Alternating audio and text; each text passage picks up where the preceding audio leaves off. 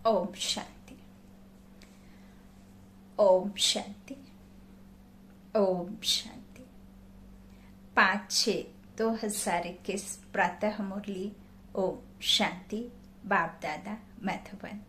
आज मीठे मीठे प्यारे प्यारे बेहद के बाप ने, रूहानी पिता ने हम रूहानी बच्चों से कहा, मीठे बच्चे, पूरा वर्षा लेने के लिए एक बाप से पूरी प्रीत रखो।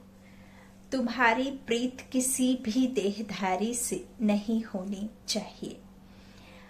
आज का प्रश्न है, जो अपने दैवी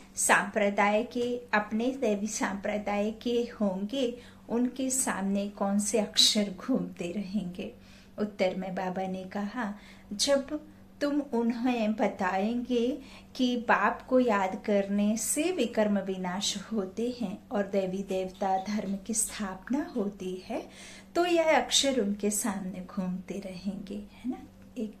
जब एक कल्प के लिए, थोड़े समय के लिए, एक जन्म के लिए हम इतना कहना चाहिए कि स्थूल धन से परिपूर्ण होने के लिए, अपने कहना चाहिए कि जो सुख सुविधाओं के लिए जब इंसान इतना करता है, तो जब उसे यह बात पता चलेगी कि यह तो 21 जन्मों के लिए कमाई है, वो भी बिना किसी दुख के, बिना किसी ऐसी परेशानी के, बिना मेहनत के, अगर हम सही रीति किसी भी बात को, परमात्मा के ज्ञान को किसी भी मनुष्य आत्मा को समझाएं, तो वह जरूर समझता है कि अभी हम मात्र एक जीवन के लिए इतना परेशान रहते हैं। यदि आपको 21 जन्मों के लिए प्राप्ति हो, तो वो भी इतनी सहज रीति से, तो देखिए कितना ना मनुष्य खुद को बदलना चाहेंगे और जरूर बदलना चाहेंगे। तो बाबा कहते हैं कि जब हम उन्हें यह बताएंगे कि सिर्फ याद से, है ना, परमात्मा की याद से विकर्म विनाश होते हैं और देवी देवता धर्म की स्थापना होती है, तो यह अक्षर उनके सामने घूमते रहेंगे। उनकी बुद्धि में आएगा, हमें देवता बनना है, इसलिए हमारा खान पान शुद्ध होना चाहिए, है ना। सात्विकता भोजन में, सात्विकता विचारों में, सात्विकता तन में, मन में, है ना। तो इस तरह से बाबा कहते हैं। गीत है भोलेनाथ से निराला। ओम शांति। भोलेनाथ के बच्चे सुन रहे हैं, किससे? भोलानाथ से। भोलानाथ शिव को ही कहा जाता है, उनका नाम ही शिव है। भोलानाथ के बच्चे अर्थात शिव के बच्चे। आत्माएं सुन रही हैं इन कानों के द्वारा। अभी तुम बच्चे आत्माभिमानी बने हो, बच्चे टैब पर भी मुरली सुनते हैं तो समझते हैं शिव बाबा हमको अपना परिचय देते हैं, है ना। भला आप किसी भी तरीके से मुरली सुने, लेकिन हम कभी ये नहीं समझते हैं कि मुरली जो सुनाने वाला है कोई निमित्त सुना रहा है, लेकिन परमात्मा के महावाक्यों को हम सुन रहे। हमेशा यही कहते कि बाबा की मुरली सुन रहे हैं ना।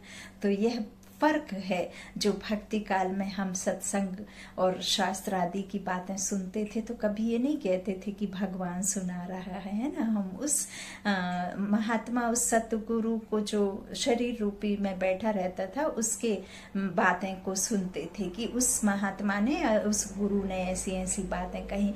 यहाँ तो हम यही कहते हैं कि यह जो महावाक्य है, यह मुरली है, या जो ये ज्ञान है, वो स्वयं ईश्वर देते हैं। भोलानाथ शिव, है ना, कल्याणकारी, तो वह सुनाते हैं। बाबा कहते हैं इस तरह से कोई कैसे भी सुने, भल टेप में सुनते तो समझते हैं बाबा हमको, शिव बाबा हमको अपना परिचय देते हैं।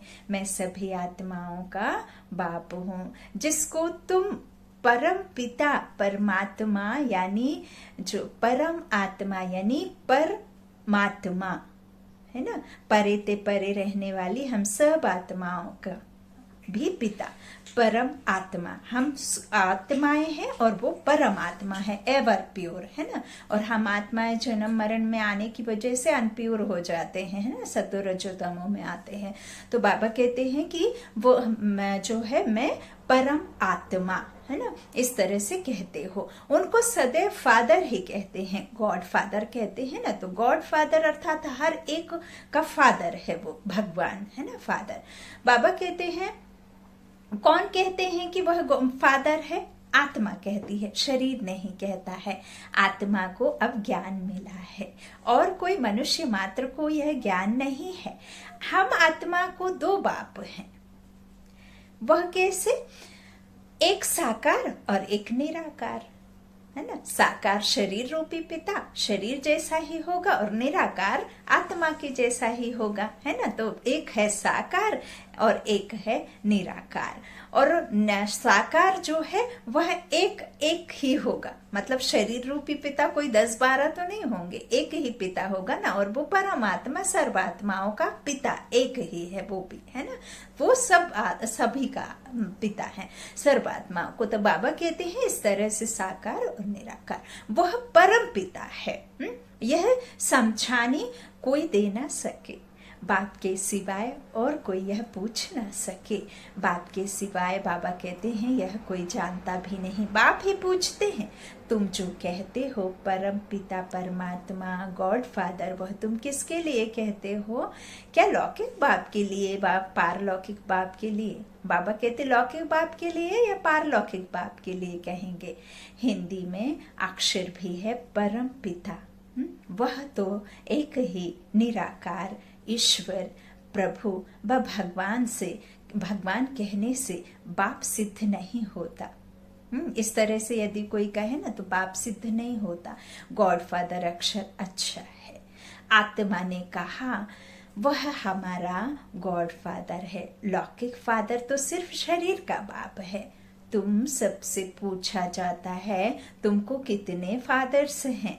एक है लौकिक और दूसरा है पारलौकिक। दोनों में बड़ा कौन? जरूर कहेंगे पारलौकिक फादर, उनकी महिमा है। सब पतितों को पावन बनाने वाला पारलौकिक बाप, यह भी अभी तुम समझते हो। दुनिया में यह कोई भी नहीं समझते। और यह बात बाबा खुद कहते हैं, मैं पारलौकिक, जहाँ किसी का भी बुद्धि ना जाए, वो बुद्धि दाता खुद आकर के यह बुद्धि दे करके हमें नॉलेज देता है कि मैं जैसा हूँ, जो हूँ, मैं कौन और मेरा कौन, इसका भी राज आकर परमात्मा ही बताते हैं। राज योग अर्थात खुद का राज समझ लेना कि मैं कौन और मेरा कौन, इस सृष्टि का राज समझ लेना।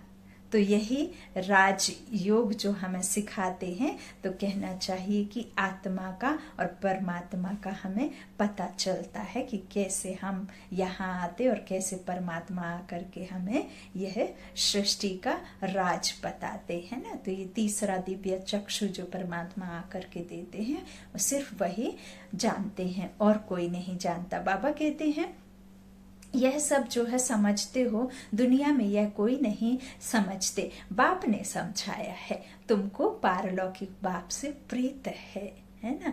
बाबा कहते औरों की है विनाश काले विपरीत बुद्धि और हमारी है विनाश काले प्रीत बुद्धि, है ना। बाबा कहते हैं प्रीत है, औरों की सबकी विपरीत है। विनाश का अभी समय है। वही महाभारत की लड़ाई अब लगनी है जो द्वापर में बताई है ना।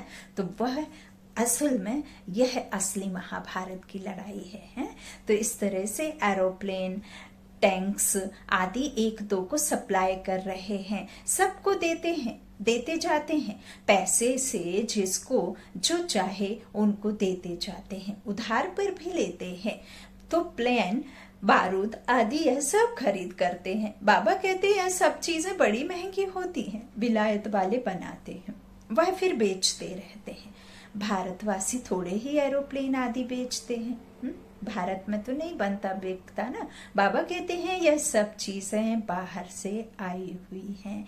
अब जो चीज खरीद करेंगे सो जरूर काम में लाएंगे। ऐसा तो नहीं है कि आप कोई लड़ाकू विमान खरीदें तो उसको शो पीस के लिए रख रहे हैं, बॉम्ब आदि मंगाते हैं या खरीदते हैं तो उसको शो के लिए हम रख लेते हैं, है ना, ऐसे तो नहीं है ना। तो बाबा कहते हैं जब खरीदते हैं तो फिर उसे जरूर इस्तेमाल करेंगे, है ना, तो फेंकने के लिए थोड़े ही लेंगे। वह है विनाश काले विपरीत बुद्धि, यादव संप्रदाय।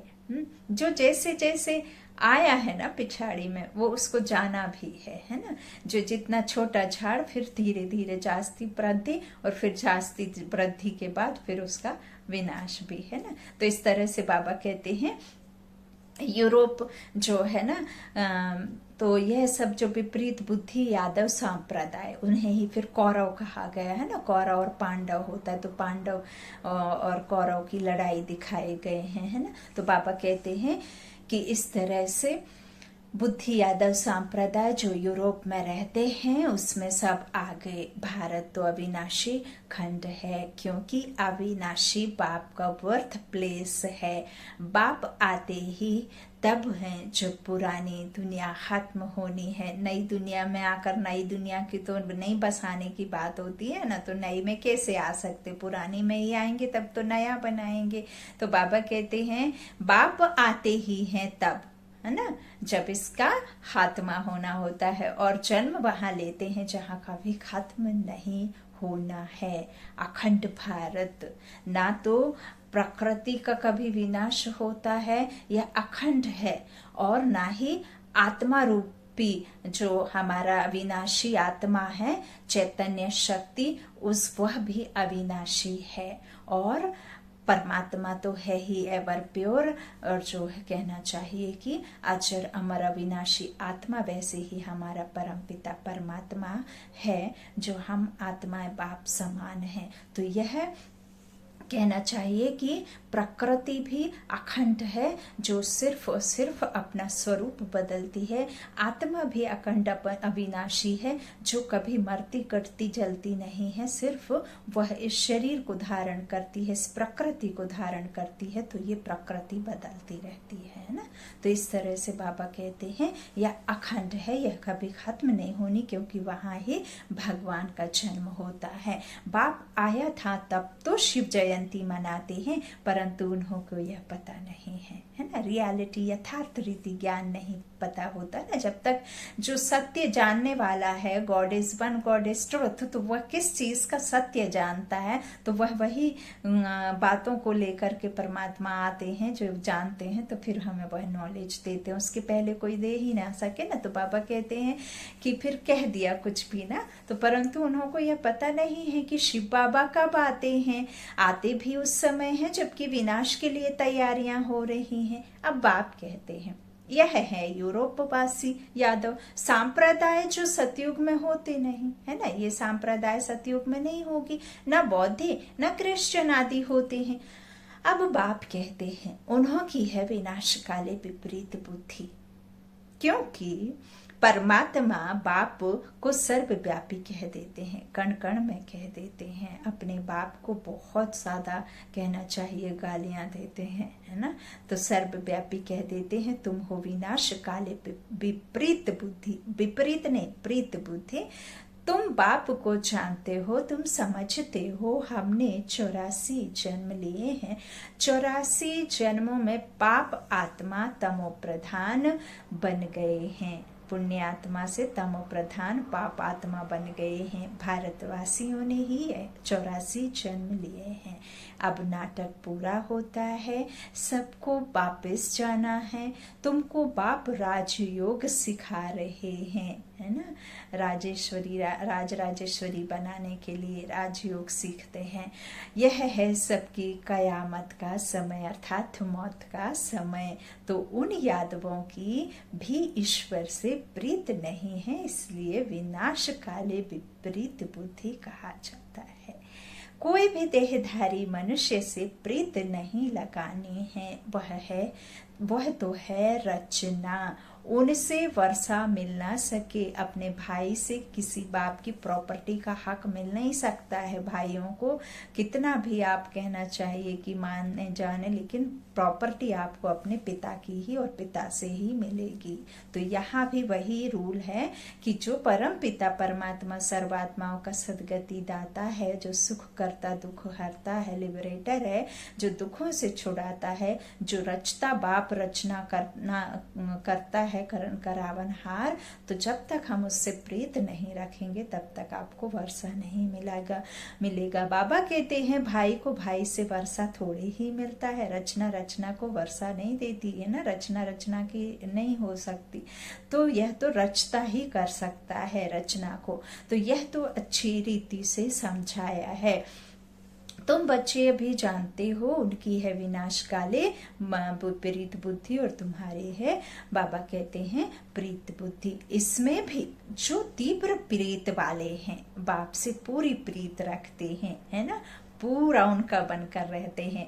हम बाबा से 21 जन्म स्वर्ग का वर्षा लेते हैं, वह बाबा ही सत्य बताते हैं, और कोई से प्रीत नहीं रखनी है।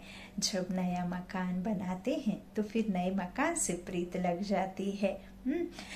समझा जाता है पुराना मकान टूट जाना है, तो हम भी पुरानी दुनिया से दिल तोड़ते जाते हैं। बाप समझाते हैं दिन प्रतिदिन वायुमंडल खराब होता जाएगा, देखते हो कितने हंगामे होते हैं। बाबा कहते हैं तो समझेंगे कि बस अभी यह खलास होते हैं, हमको जाना है नई दुनिया में, तो नई दुनिया को याद करना पड़े। बाबा कहते हैं बेहद के बाप और वर्षे को याद करना है और कोई को याद नहीं करना। किसी को याद करने से, बाबा कहते कोई को याद करने से कुछ मिलेगा नहीं। अब हम ये शरीर, कोई इतना मान सम्मान शरीर, कोई सब कुछ समझ लेते हैं, तो वो शरीर जब आपका नहीं है तो फिर और आप किससे उम्मीद लगा सकते हैं। जो 2400 घंटे जब तक हमारा जीवन इस साकार लोक में, इस अव्यक्त को व्यक्त ये तन धारण करके, ये आत्मा रूपी शक्ति हम शरीर को धारण करते हैं, वैसे ही ये हमारा साथ ही रहता है। लेकिन वो 50 वर्ष हो चाहे 100 वर्ष की आयु हो, लेकिन वो छोड़ करके चला ही जाता है। तो फिर जब यह है अपना नहीं तो फिर और कौन अपना, है ना। तो इस तरह से बाबा कहते हैं कि इस तरह से जितने भी जो कुछ भी किसी से मिलने को नहीं है, यदि याद करेंगे, मनुष्य भक्ति मार्ग में तो कितना याद करते हैं, माँ बाप मित्र संबंधियों को याद करते हुए भी फिर देवी देवताओं को कितना याद करते हैं। पानी में स्नान करते हैं, उनको पतित पावनी कहते हैं। बाबा कहते हैं दिखाते हैं तीर मारा और गंगा निकल आई। हाँ, अब कौन सा तीर, कौन सी गंगा, कौन सा पानी, कौन सी पतित पावनी, ज्ञान गंगा, यह सब बातें तो परमात्मा ही आकर के समझाते हैं। अब वो तीर मारा, अब तीर ज्ञान का लगना है। जब तक आपको ज्ञान का तीर इस ज्ञान सागर और ब्रह्म मुख के द्वारा नहीं लगेगा, तब तक ज्ञान कैसे जागेगा। और ज्ञान नहीं जागेगा तो आप उस ज्ञान स्नान में स्नान नहीं कर पाएंगे और उसे धारण नहीं करेंगे, तो आप पतित से पावन नहीं बनेंगे। आपकी आत्मा का जंक नहीं निकलेगा, आपके विकारों पर आप पर जीत नहीं पा पाएंगे और आपके पापों से भी आपको मुक्ति नहीं मिलेगी, है ना। इसीलिए फिर यदि इस ज्ञान का तीर आपको नहीं लगा सही समय पर, तो फिर आपको सजाएं खानी पड़ती हैं। तो बाबा कहते हैं इस तरह से पानी में स्नान करते हैं, उनको पतित पावनी कहते हैं, दिखाते हैं तीर मारा और गंगा निकल आई। गंगा जल मुख में देते हैं, समझते हैं थोड़ा भी गंगा जल मिलने से मुक्ति को पालेंगे। तो यहाँ तो ये ज्ञान गंगा अगर आपको मिल गया तो मुक्ति को पालेंगे। बाप कहते हैं यहाँ है ज्ञान की बातें, तुम थोड़ा भी ज्ञान सुनते हो तो फल मिल जाता है। यह ज्ञान सुनने की बात है, अमृत पीने की चीज नहीं है, यह नॉलेज है। ऐसे नहीं समझो कि भोग के दिन अमृत पिलाते हैं, है ना। बाबा कहते नहीं, वह तो मीठा पानी है, बाकी यह है ज्ञान की बात। जिसने पी लिया तो उसके सब कुछ कहना चाहिए कि काम बन जाते हैं ना, तो सदगति हो जाती। ज्ञान अर्थात बाप और सृष्टि के आदि मध्य अंत को जानना, उसे ज्ञान कहते। यह सृष्टि चक्र कैसे फिरता है, कौन 84 जन्म लेते, सब तो ले ना सके। यदि हूबहू यही जो मनुष्य आत्माएं आनी ही होती सतयुग में, तो विनाश की बात ही नहीं होती। सेम यही दुनिया होनी होती, सेम यही सब कुछ होना होता, तो फिर सतयुग की स्थापना की कोई बात ही नहीं थी, ऐसे ही चलता रहता है ना। लेकिन जब तक ये दुनिया में ये पुराना है तब तक नया हो नहीं सकता है ना, तो वो तो है ही छोटा झाड़। बाबा कहते हैं इस तरह से 84 जन्म लेते हैं तो सब तो ले ना सके, पहले पहले भारतवासी ही आते हैं, वही पूरे 84 जन्म लेते हैं। जो देवता थे वही 84 जन्म भोग पतित बन जाते हैं।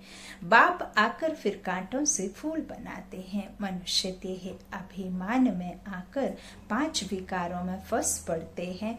अब है रावण राज्य, सतयुग था दैवी राज्य। शिव बाबा है स्वर्ग का, बाबा कहते हैं स्वर्ग की पूरी रचते हैं, स्वर्ग की पूरी रचते हैं। सूर्यवंशी लक्ष्मी नारायण का राज्य था, महाराजा महारानी, फिर त्रेता में राजा रानी, फिर द्वापर से कोई राजा रानी महाराजा महारानी नहीं होता, दोनों ताज भी खत्म हो जाते हैं। जो डबल सरताज होता है ना, वो डबल सरताज जो है नीचे आ जाते हैं, है ना, फिर कोई ताजबाज नहीं रहता। तो बाबा कहते हैं इस तरह से 5 विकारों में फंस जाते हैं देहाभिमान में आकर, है ना। तो सतयुग था देवी राज्य, बाबा कहते हैं अभी तो रावण राज्य है। इस तरह से अभी तुम जानते हो स्थापना हो रही है, लक्ष्मी नारायण का जो राज्य था वापस वही होना है। तुम्हारी विनाश काले प्रीत बुद्धि है, इसलिए विजयी है। विजयी रत्न कहा, विजयी माला में पिरोने वाले विजयी रत्न। बाबा कहते सारे विश्व पर तुम विजय पाते हो, यह अच्छी रीति याद रखना है। हम भारतवासी जो अभी कलयुग में हैं, सो फिर बदल कर स्वर्ग में जाएंगे, है ना। शरीर बदलेगा, आत्मा पावन होगी, प्यूर हो जाएगी, विकारों से मुक्त हो जाएगी, फिर ये तन भी पतित छूट पावन मिल जाएगा, है ना। तो सतो प्रधान अवस्था होती है। बाबा कहते हैं इस तरह से विजय पाते हो और तुम यह स्वर्ग में जाएंगे बदल कर। पुरानी दुनिया को छोड़ना है, यह विकारी संबंध, इसको बंधन कहा जाता है ना। कर्म बंधन, सब बंधन ही बंधन है। तो बाबा कहते तुम विकारी बंधन से निकल निर्विकारी संबंध में जाते हो, फिर दूसरे जन्म में तुम विकारी बंधन में नहीं आएंगे, है ना। बाबा कहते हैं इस तरह से जो हम कर्म श्रेष्ठ, धर्म श्रेष्ठ, आदर्श धर्म, आदर्श जो प्रवृत्ति मार्ग है, सब कुछ सतो होता है, सब सुख देने वाला होता है ना। कोई भी ऋंचक मात्र भी निर्विकारी होते हैं हम लोग, इसीलिए विकार नहीं होता तो सुखी होते हैं, है ना। 16 कलाओं में संपूर्ण निपुण, और कर्म हमारा अकर्म बनने की वजह से फिर दुख नहीं देता। बाबा कहते हैं इस तरह से जो है दूसरे जन्म में तुम विकारी बंधन में नहीं आएंगे, वहां है ही निर्विकारी संबंध। इस समय आसुरी बंधन है। आत्मा कहती है हमारी शिव बाबा से प्रीत है। बाबा कहते हैं तुम ब्राह्मणों की प्रीत है, क्योंकि यथार्थ रीति जानते हो। बाप को, सृष्टि चक्र को जान, तुम फिर औरों को समझाते हो। जितना जो औरों को समझाएंगे तो बहुतों का कल्याण करेंगे। बाबा कहते जो जास्ती समझते हैं वही होशियार हैं, उच्च पद भी वही पाते हैं। बाबा कहते सर्विस कम करते हैं तो पद भी कम पाएंगे। पतित तो सारी दुनिया है, हर एक को पतित से पावन होने का रास्ता बताना है। बाबा कहते और कोई उपाय नहीं है, याद से ही विकर्म विनाश होंगे। जो दैवी संप्रदाय के हैं उनके सामने यह अक्षर गूंजेंगे, समझेंगे, यह तो ठीक बात है। बरोबर हम देवी देवता बनते हैं, हमारा भोजन भी शुद्ध चाहिए, दैवी गुण भी यहाँ धारण करने हैं। ऐसा नहीं है कि जब हम वहां जाएंगे तब धारण कर लेंगे, तब तो पॉसिबल ही नहीं है ना। तो उधर तो ज्ञान भी लोप हो जाता है। बाबा कहते हैं इस तरह से धारण करने हैं यहाँ। सर्वगुण संपन्न बनना है यहाँ, है ना। अभी तुम बन रहे हो, बने नहीं हो। यह लक्ष्मी नारायण देवताएं हैं, इनको भोग लगाते हैं तो क्या सिगरेट आदि का भोग लगाते हैं, है ना। बाबा कहते सिगरेट पीने वाला ऊंच पद पा नहीं सकता। यह कोई देवी चीज नहीं है। सिगरेट पिएंगे व लहसुन प्याज आदि खाएंगे तो और ही गिर जाएंगे। बाबा कहते हैं यह छोड़ने से तबीयत खराब हो जाती है ना। इस तरह से बाबा बोलते हैं। कई कहते हैं ना कि बाबा को बोलते हैं बाबा ऐसा होगा तो फिर हमारा तो यह आदत पड़ गई है, फिर कैसे करेंगे ऐसे सब। तो बाबा कहते हैं कि यह सब छोड़ देंगे तो तबीयत खराब हो जाएगी। बाप कहते हैं शिव बाबा को याद करो, यह आदतें सब छोड़ दो तो तुम्हारी सदगति होगी। सिगरेट की आदत तो बहुतों में रहती है, समझाने दी जाती है। देवताओं को कभी भी यह भोग नहीं लगाया जाता। अब तो देखो, हाँ, उस पे जो महाकाल मंदिर में कहते हैं कि मुर्दे की हर रोज उसमें भस्मी चढ़ाई जाती है, तो क्या वो परमात्मा ये कहता है कि मुझे जो है इस तरह से किसी के मुर्दे की जो चाहिए? क्या भगवान ईश्वर इस तरह की मांग करता है? कोई अब उनको नशे की चीजें चढ़ाने लगे हैं, क्या नशे की चीजें वो अभोक्ता जिसे निराकार शिव परमात्मा कहते हैं, क्या वो इन सब चीजों की मांग करता है? क्या उसे ये सब चीजें पसंद आती होंगी? जब हम व्रत रखते हैं, जब हम खुद सात्विक रहते हैं, हम खुद गलत विचार मन में नहीं रखते, हम खुद संकल्प करते हैं कि मैं किसी को दुख नहीं दूंगा, कष्ट नहीं दूंगा, किसी का दिल नहीं दुखाऊंगा, ये ऐसा भोजन नहीं करूंगा जिसमें तामसिक वृत्ति हो, मैं ऐसे सब हरकतें नहीं करूंगा जिससे दुख हो। क्यों? क्योंकि हम यह जानते हैं कि ईश्वर को यह सब चीजें पसंद नहीं है। यदि हम इन सब चीजों से दूर रहेंगे तो भगवान खुश होकर के हमें वरदान देंगे। भगवान हमारी हर मुश्किल को जो है सरल करेंगे और हमें सुख देंगे, है? हमारे ऊपर प्रसन्न होके हम जो मांग करते हैं वो देंगे। तो क्या भगवान यह कहता है कि मुझे ये शराब, ये जुआ, ये जो सब चीजें जो कहते हैं भांग और ये भस्मी और ये सब चीजें चढ़ाओ? क्या भगवान श्रृंगार मांगता है? वो तो, उसको तो तन नहीं है, उसको तो श्रृंगार करने की जरूरत ही नहीं, वो तो है ही एवर प्योर। हम आत्माओं को श्रृंगारित होने की जरूरत है। आत्मा जो हमारे अंदर में गुण सदगुण होते हैं, जो हमारे अवगुण में बदली हुए हैं, तो उन सद्गुणों को हमको वापस अपने में धारण करना है, देवी गुण धारण करने हैं। परमात्मा हमसे वह सब विकारों की बलि चढ़ाने की बात कहते हैं, ना कि नकली चीजों को चढ़ाने की बात कहते हैं। तो भगवान को कैसा हमने नीचे गिरा दिया है, वो क्या चाहता है और हम क्या करते हैं ना। तो इस तरह से बाबा हमें सब चीजें बात समझाते हैं मुरली के द्वारा। बाबा कहते हैं कि इस तरह से समझाने दी जाती है कि देवताओं को भी यह भोग नहीं लगाया जाता, तो तुमको इन जैसा यहाँ ही बनना है। तुम छी चीजें खाते रहेंगे तो वह बांस आती रहेगी, बांस आती रहेगी। सिगरेट व शराब पीने वालों से दूर से ही बांस आती है। तो तुम बच्चों को दैवी गुण धारण करने हैं, वैष्णव बनना है। वैष्णव अर्थात होता ही है कोई भी विकार आपकी आत्मा में टच ना कर पाए। यह नहीं कि आपने कपड़े धारण कर लिए या किसी कहना चाहिए, मान लीजिए भोजन का ही त्याग कर दिया, तो हम समझते कि बस हम बाबा के बन गए, अब हमने तो खाना पीना भी बंद कर दिया और कपड़े भी बाकायदा बाबा के हिसाब से पहनते हैं। तो देखिए, तन रूपी कपड़े को सफेदी से ढक लेने से आप वैष्णव नहीं बन जाते। जब तक आपकी आत्मा को आप विचारों की शुद्धि, श्रेष्ठ विचारों से और श्रेष्ठ संकल्पों से भरपूर होकर के उनका स्वरूप न बन जाओ। विकारों को आप दूर से ही, जो विकार हैं वो नतमस्तक होकर दूर से ही आपको छोड़कर चले जाएं, आपके पास भी ना आए, तो वह वैष्णव धर्म। बाबा कहते जैसे विष्णु की संतान है, तुम विष्णु अर्थात देवी संतान बनते हो। बाबा कहते यहाँ तो तुम ईश्वरीय संतान हो, अभी देवी नहीं, है ना। तो बाबा कहते हैं कि ईश्वरीय संतान यह तुम्हारा सर्वोत्तम जन्म है, सर्वश्रेष्ठ जन्म है।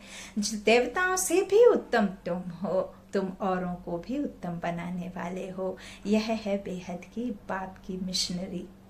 क्रिश्चियन लोगों को मिशनरी होती है ना, अपने क्रिश्चियन धर्म में बहुतों को कन्वर्ट करते हैं। यह है ईश्वरी मिशनरी। तुम शूद्र से ब्राह्मण धर्म में कन्वर्ट हो, फिर देवता धर्म में कन्वर्ट हो जाते हो। तुम जानते हो हम शूद्र से अब ब्राह्मण बने हैं, तुम जीते जी मरे हो, फिर जाकर देवता बनेंगे। देवता अर्थात देने वाला, लेवता अर्थात लेने वाला, और इस समय सभी लेने वाले हैं।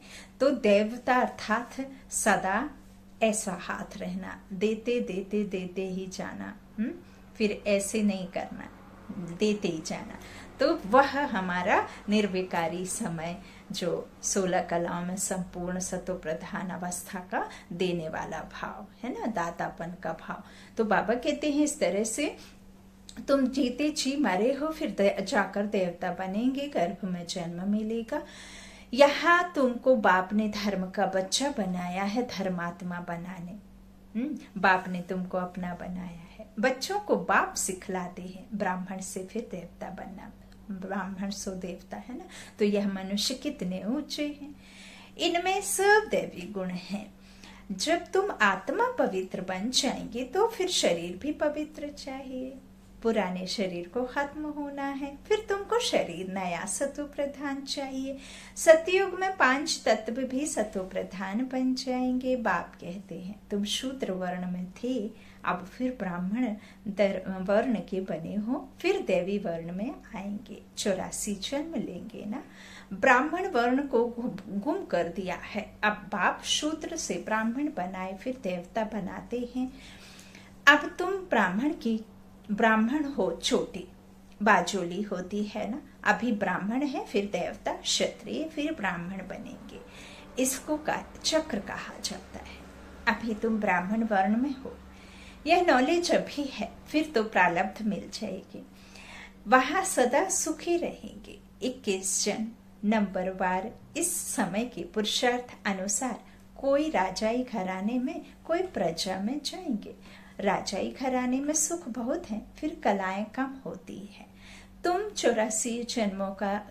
84 जन्मों का ज्ञान मिला है, ये स्मृति आई है। बाप आकर समझाते हैं, मीठे मीठे बच्चों, तुम्हारे अब 84 जन्म पूरे हुए हैं। कोई ने 84 जन्म 80, 50 या 60 जन्म भी लिए हैं। बाबा कहते हैं सबसे जास्ती तुम भारतवासी सुख देखते हो, इस ड्रामा में तुम्हारा नाम पाला है। देवताओं से भी तुम ऊंच हो, तुम जानते हो हम सो पूज्य बनते हैं हो। सतयुग में हम किसको भी पूजते नहीं हैं, क्योंकि हम खुद ही पूज्य स्वरूप रहते हैं, पूज्य होते हैं, है ना।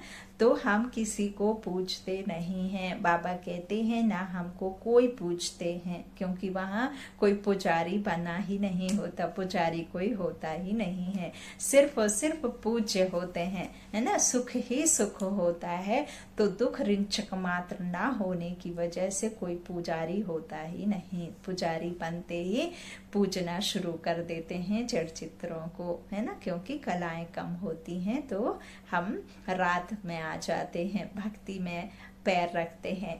बाबा कहते हैं इस तरह से हमको कोई पूछते हैं, वहाँ कोई नहीं पूछता, वहाँ हम हैं ही पूज्य। फिर कलाएं कम होती जाती हैं, हम पूज्य से फिर पुजारी बन माथा टेकते हैं।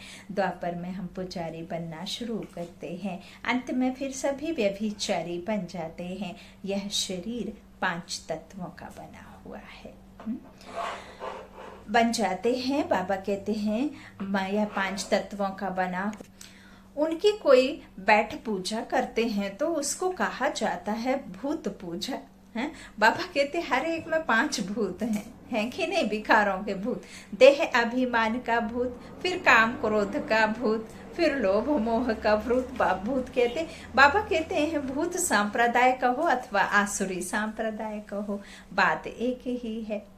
अथवा बाबा कहते हैं बाप आकर फिर देवी सांप्रदाय बनाते हैं। बाप आते हैं भूतों से छुड़ाने और अपने साथ योग लगाए देवता बनाते हैं। गुरु नानक ने भी महिमा गाई है, कि परम पिता परमात्मा ने मनुष्य को देवता बनाया। जादू कौन सा आता है ईश्वर को? यही मनुष्य से देवता बनाने का जादू है ना। तो नर से नारायण बनाने का, वही पतितों को पावन बनाने वाला है। अच्छा, बाप दादा का याद प्यार। मीठे मीठे सीखी लाधे बच्चों प्रति माता पिता बाप दादा का याद प्यार और गुड मॉर्निंग। रूहानी बाप की रूहानी बच्चों को नमस्ते। हम रूहानी बच्चों की रूहानी माता पिता बाप दादा को याद प्यार और गुड मॉर्निंग। शुक्रिया बाबा, मीठे बाबा, प्यारे बाबा। धारणा के लिए मुख्य सार बाबा ने आज बच्चों से कहा, पहला, ब्राह्मण से देवता बनने के लिए जो भी छीछी आदतें हैं उन सबको छोड़ना है। शूद्रों को ब्राह्मण धर्म में कन्वर्ट कर देवता बनाने के लिए ईश्वरीय मिशन के कार्य में सहयोगी बनना है। शराब, सिगरेट या जो भी गंदी आदतें हैं वह निकाल देनी है। दूसरा है, इस विनाश काल के समय में एक बाप से सच्ची प्रीत रखनी है। पुराना मकान टूटने वाला है, इसलिए इससे दिल निकाल नए से लगानी है।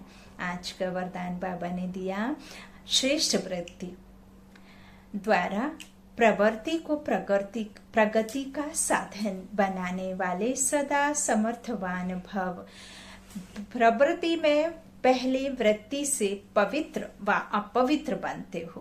प्रवृत्ति में पहले वृत्ति से पवित्र व अपवित्र बनते हो। यदि वृत्ति को सदा एक बाप के साथ लगा दो, एक बाप दूसरा ना कोई, ऐसी ऊंची वृत्ति रहे तो प्रवृत्ति प्रगति का साधन बन जाएगी। वृत्ति ऊंची और श्रेष्ठ है तो चंचल नहीं हो सकती।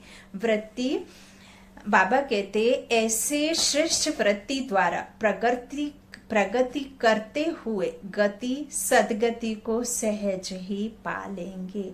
फिर सब कंप्लेन कंप्लीट हो जाएंगी। आज का स्लोगन बाबा ने दिया, अगर पवित्रता स्वप्न मात्र भी हिलाती है तो निश्चय का फाउंडेशन कच्चा है। अगर पवित्रता स्वप्न मात्र भी हिलाती है तो निश्चय का फाउंडेशन कच्चा है। निश्चय नहीं है तभी हर अशुद्धि आती है। ओम शांति।